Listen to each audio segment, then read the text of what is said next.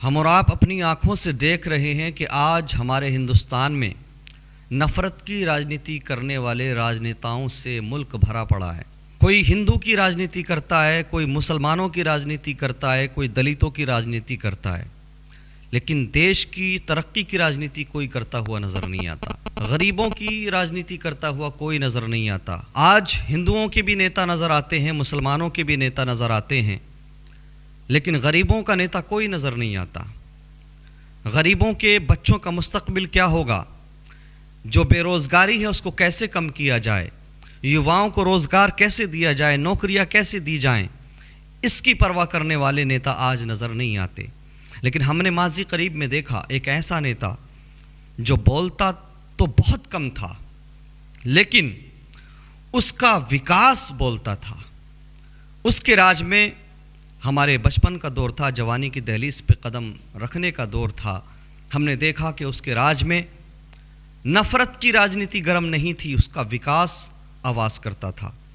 वो हिंदू, मुसलमान, सिख, ईसाई सबको साथ लेकर चलने वाला नेता था, जिसको आज हम और आप डॉक्टर मनमोहन सिंह के नाम से जानते हैं, जो 10 साल भारत के प्रधानमंत्री रहे और आज उनका देहांत हो गया। आज पूरा हिंदुस्तान उनको अच्छाई के साथ याद कर रहा है। वो बेशक बहुत कम बोलते थे, लेकिन भारत की कामयाबी, भारत की मजबूती, अर्थव्यवस्था उनके कार्यकाल में आवाज़ करती थी। ऐसे ही नेताओं की ज़रूरत है इस भारत को, क्योंकि धर्म की राजनीति करने से, मज़हब की राजनीति करने से, रिलीजियन की राजनीति करने से आप किसी का भी कल्याण नहीं कर पाएंगे। Doctor Manmohan Singh as a politician, as a human, as a prime minister एक अच्छे इंसान थे। आज के मैं नफ़रत फैलाने वाले नेताओं से कहूँगा, देखें ज़रा आज अपने बेगाने सब, हर एक डॉक्टर मनमोहन सिंह के बारे में कोई भी कुछ भी लिख रहा है तो अच्छा लिख रहा है। क्यों? इसलिए कि नफ़रत फैलाने वालों को दुनिया अच्छाई के साथ विदा नहीं करती है, दुनिया अच्छाई के साथ याद नहीं करती है, लेकिन जो अच्छे काम करके जाते हैं, बड़े काम करके जाते हैं, गरीबों का उत्थान करके जाते हैं, गरीबों का कल्याण करके जाते हैं, अपने मुल्क की इकोनॉमी को मजबूत करके जाते हैं, अपने मुल्क के मुस्तकबिल को बेहतर बना कर जाते हैं, उनकी तारीफ़ ही की जाती है और उन्हें अच्छाई के साथ ही याद किया जाता है। आजकल के नफ़रती नेताओं को डॉक्टर मनमोहन सिंह से सीखने की ज़रूरत है और उनके रास्ते को अपनाने की ज़रूरत है। उनका रास्ता क्या था? वो बोलते कम थे, काम ज़्यादा करते थे। बोलते कम थे, लेकिन भारत की तरक्की के लिए रात दिन काम किया करते थे। वो बोलते कम थे, लेकिन उनके दौर में नफ़रत तेज़ नहीं हुई, नफ़रत की आवाज़ नहीं निकली, नफ़रत हमेशा खामोश रही।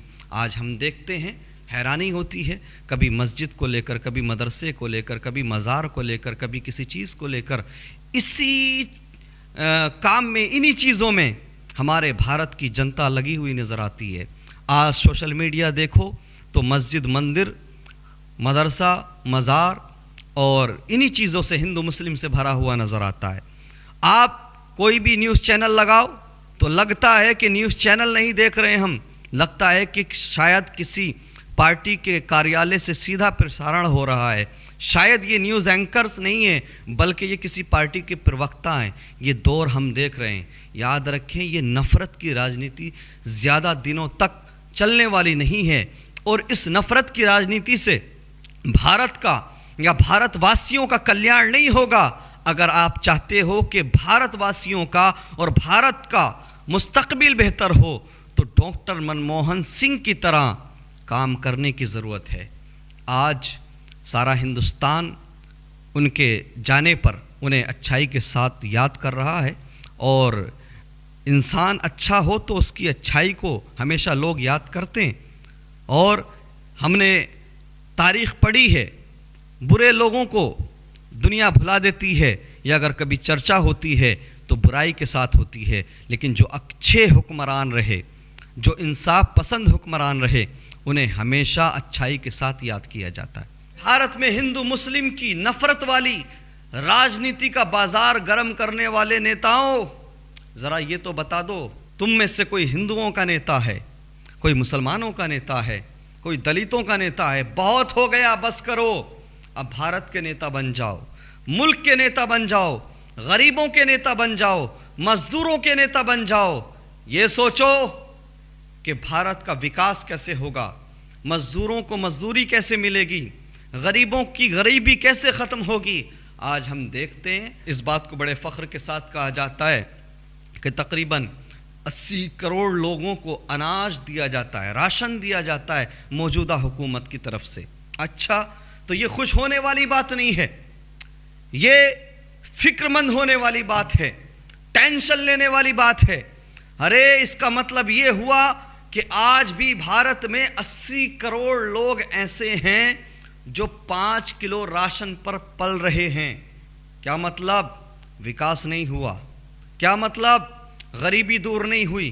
क्या मतलब? रोजगार नहीं मिला। क्या मतलब? युवाओं को नौकरियां नहीं मिली। हालात ऐसे बना दिए गए हैं कि आने वाले वक्त में 2 वक्त का खाना इंसान को मिल जाए, लोग उसको भी विकास कहकर लोगों को समझाने लगेंगे, उसी को विकास बताने लगेंगे। और हमारी मीडिया क्या कहने हमारी मीडिया के, आए है ये हमारी मीडिया आने वाले कुछ सालों में भूखे रहने के फायदे भी बताने लगेगी। इतनी खतरनाक मीडिया हो चुकी है। जब देखो मंदिर मस्जिद, जब देखो मदरसा, जब देखो मुसलमान, जब देखो हिंदू मुस्लिम। आज पूरे भारत में जिसे देखो कि फला जगह के नीचे ये है, फला मस्जिद के नीचे मंदिर है, फला दरगाह के नीचे मंदिर है। क्या है ये सब? और वो लोग भी सुन लें जो मुस्लिम नहीं है, दूसरी कम्युनिटीज से ताल्लुक़ रखते हैं। ज़्यादा खुश होने की ज़रूरत नहीं। ये मत समझना कि अब्दुल परेशान है इस हुकूमत में। याद रखो, चंद साल और गुजरेंगे तब आपको पता लगेगा कि आपने अब्दुल को परेशान देखने की खुशी में खुद को बर्बाद कर लिया। अगर यही हालात रहे तो फिर रोजगार मिलना बहुत मुश्किल हो जाएगा। आज हम देखें, युवाओं को देखें हम, आज मैं समझता हूं जिधर भी नजर दौड़ाइए, जिस तरफ भी देखिए, आज युवा तुम्हें बेरोजगार नजर आते हैं।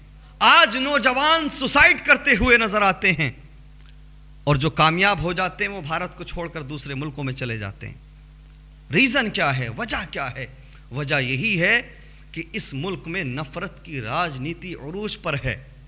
ये नेताओं, बस करो, इस भारत को भारत रहने दो। ये बड़ा प्यारा हिंदुस्तान है।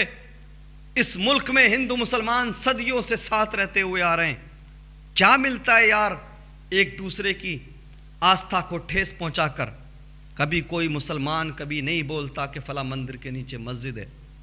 कभी कोई मुसलमान नहीं बोलता किसी भी मजहबी शख्सियत के बारे में, किसी के भी धार्मिक इंसान के बारे में, किसी की भी धार्मिक पुस्तक के बारे में। कभी मुसलमान तुम्हें गलत बोलता हुआ नजर नहीं आएगा। लेकिन हम देखते हैं मुसलमानों की धार्मिक पुस्तकों से लेकर धार्मिक शख्सियत पर रात दिन कटाक्ष किए जाते हैं। रात दिन मुसलमानों की मजहबी शख्सियत को निशाना बनाया जाता है, लेकिन उसके बावजूद मुसलमान सब्र का मुजाहरा कर रहा है। लेकिन जुल्म वाला है जुल्म। मीडिया फिर भी मुसलमानों को ही शिद्दत पसंद बनाने में लगी हुई है। मीडिया फिर भी मुसलमानों को ही कसूरवार ठहराने में लगी हुई है। मस्जिदें हमारी निशाने पर, मदारिस हमारे निशाने पर, मज़ारात खानकाएं हमारे निशाने पर, लेकिन उसके बावजूद ये मीडिया रात और दिन मुसलमान को ही शिद्दत पसंद साबित करने में लगी हुई है। मीडिया वालों, होश के नाखून लो, क्यों अपने मुल्क की फिजा को, हवा को ख़राब करने में लगे हुए हो? याद रहे, ये भारत सबका है। इस भारत की तरक्की के लिए, इस भारत की आज़ादी के लिए सब ने कुर्बानियाँ दी हैं। कल जब इस भारत को ज़रूरत थी पाकिस्तान के खिलाफ, तो वीर अब्दुल हमीद भी था जिसने अपना सीना चिरवा दिया था, जिसने अपने जिस्म के टुकड़े टुकड़े होना पसंद किए, गवारा किए, और पाकिस्तान के टैंक तबाह करके भारतवासियों को ये पैगाम दिया था कि हम हिंदुस्तान से मोहब्बत करने वाले मुसलमान हैं, ज़रूरत पड़ने पर हम अपनी ज़िंदगी देकर भारत की हिफाजत करते हैं। क्या है यार, क्या मुसलमानों को रात दिन निशाना बनाना? और हद हो गई। अब तो हमने देखा कि लखनऊ के अंदर क्रिसमस के मौके पर 25 दिसंबर के मौके पर, यानी जो क्रिश्चियन लोग हैं उनके हज़रत ईसा अलैहिस्सलाम की पैदाइश का दिन होता है, वो मनाया जाता है। तो चर्च के सामने धार्मिक नारे लगाए गए, दूसरे धर्म के लोग इकट्ठे हुए, हो हल्ला किया गया। यही काम मस्जिदों के सामने होता है, यही काम मदरसों के सामने होता है। भाई आप 1000 बार नहीं, लाखों मर्तबा नारे लगाइए, लेकिन दूसरे के धार्मिक स्थलों पे जाने के बाद लगाने की क्या ज़रूरत है? क्या कभी कोई मुसलमान किसी मंदिर में जाकर अल्लाह अकबर का नारा लगाता है? क्या कभी कोई दलित या कभी कोई ईसाई किसी के घर में जाकर अपने मजहब के नारे लगाता है? किसी की धार्मिक स्थल पर जाकर नारेबाजी करता नहीं ना? तो फिर आप ऐसा क्यों करते हैं? आप जिनकी पूजा करते हैं कीजिए, आप हजारों नारे लगाइए, लेकिन दूसरे लोगों के धार्मिक स्थलों के सामने जाकर नारेबाजी करना और हो हल्ला करना, ये नफरत को बढ़ावा देने के अलावा कुछ नहीं हो सकता। आप अगर चाहते हैं कि इस मुल्क की तरक्की हो, इस मुल्क की फलाह, विकास की राजनीति पर फोकस करने में है, नफरत की राजनीति करने में नहीं। वरना याद रखो, मदरसों के सामने, मस्जिदों के सामने, चर्च के सामने जाकर धार्मिक नारे लगाने वालों, तुम नारे लगाते जाओगे और बड़े बड़े नेता, पॉलिटिशियंस के जो बच्चे हैं, जो उनके लड़के हैं, वो विदेशों में पढ़कर अच्छी अच्छी जॉब करेंगे, करोड़ों बनाएंगे, अरबपति बनेंगे।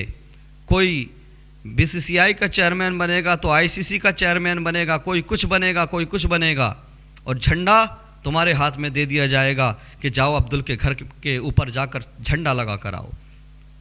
ये नफ़रत की राजनीति ना ही इंसानियत के हक़ में है, ना ही मुल्क के हक़ में है। किसी भी एंगल से इस राजनीति को आज ख़त्म करने की ज़रूरत है। हमारे मुल्क के जितने भी राजनेता हैं, जितने भी पॉलिटिशियंस हैं, मैं इतना कहूँगा, आप हिंदू मुस्लिम छोड़िए, विकास पर तवज्जो कीजिए। हर कम्युनिटी के लोग आपको वोट करेंगे। कौन नहीं चाहता कि तरक्की हो? कौन नहीं चाहता कि उनकी औलाद को, उनके लड़कों को नौकरियां मिले? कौन रोज़गार पसंद नहीं करता? कौन अच्छा लाइफ स्टाइल नहीं चाहता? सब चाहते हैं। नफ़रत की राजनीति से निकल के विकास की राजनीति करके तो देखो, हर कम्युनिटी के लोग, चाहे वो कोई भी पार्टी हो, जो विकास की राजनीति करेगा, विकास करेगा, लोगों की गरीबी दूर करेगा, मजदूरों के बारे में सोचेगा, तो यकीन मानिए पार्टी कोई भी हो, हर कम्युनिटी के लोग उसके साथ खड़े हुए नजर आएंगे। यह हकीकत है।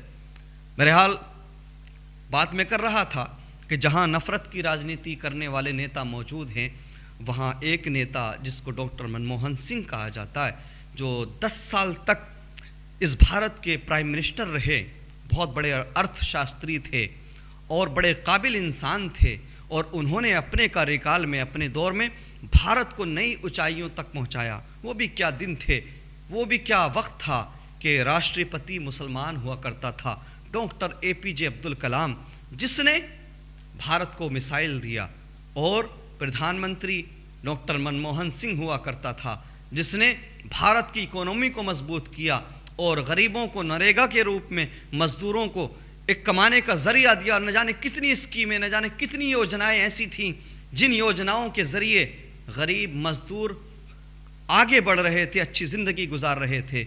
अब कोई भी हुक्मरान बने, कोई भी हुकूमत करे, अब वो ये फैसला करे, उसे सोचना होगा कि हिंदुस्तान की तरक्की कैसे होगी, गरीबों की गुर्बत कैसे दूर होगी, बेरोज़गारों को रोज़गार कैसे मिलेगा।